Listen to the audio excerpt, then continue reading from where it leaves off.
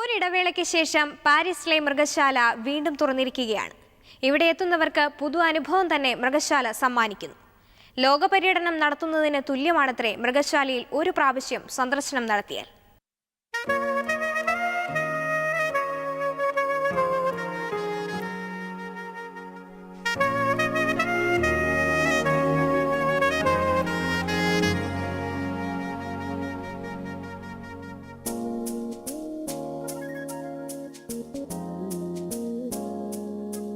വളരെ വ്യത്യസ്തമായ അനുഭവമായിരിക്കും പാരീസിലെ ഈ മൃഗശാല നിങ്ങൾക്ക് സമ്മാനിക്കുക.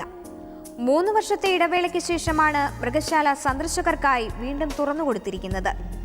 ഉഷ്ണമേഖല, ശീതമേഖല, സമശീതോഷ്ണ മേഖല എന്നിങ്ങനെ ഭൂമിയിലെ 5 മേഖലകളിലൂടെ കടന്നുപോകുന്നതിന് തുല്യമാണ് പാരീസിലെ ഈ ഒരു മൃഗശാലയിലെ സന്ദർശനം.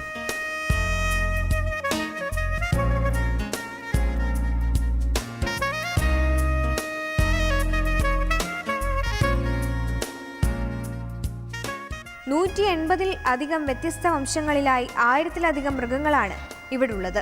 ഇവയ്ക്കുള്ള ആവാസ വ്യവസ്ഥയും ജീവിത രീതിയുമെല്ലാം സന്ദർശകർക്ക് ഒരു പുതിയ അനുഭവമാകുമെന്ന് ഉറപ്പാണ്. 21-ാം നൂറ്റാണ്ടിലെ മൃഗശാല എന്നാണ് ഇതിനോടകം തന്നെ സന്ദർശിച്ചവർ ഈ മൃഗശാലയെ വിശേഷിപ്പിക്കുന്നത്. ലോകം ചുറ്റി സഞ്ചരിക്കുന്നതിന് തുല്യമാണത്രേ. അതിമനോഹരമായ ഒരു സഞ്ചാരം.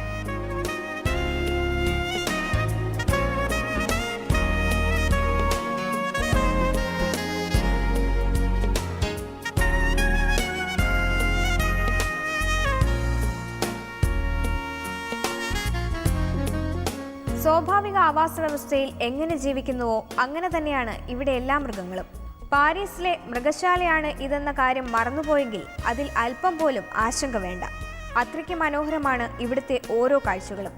വ്യത്യസ്ത ഇനത്തിലുള്ള ജീവിവർഗങ്ങളുടെ ഗവേഷണ കേന്ദ്രം കൂടിയാണ് ഈ മൃഗശാല. 8 വർഷം മുൻപാണ് ഈ മൃഗശാല ആദ്യമായി തുറന്നത്. അതിനുശേഷം പുനർനിർമ്മിക്കാനായി 3 വർഷം മുൻപ് അടച്ചുപൂട്ടി. ഒരുപക്ഷെ പൂർണ്ണമായി പുനർനിർമ്മിച്ച ലോകത്തിലെ തന്നെ ഏക മൃഗശാലയാകും ഇത്.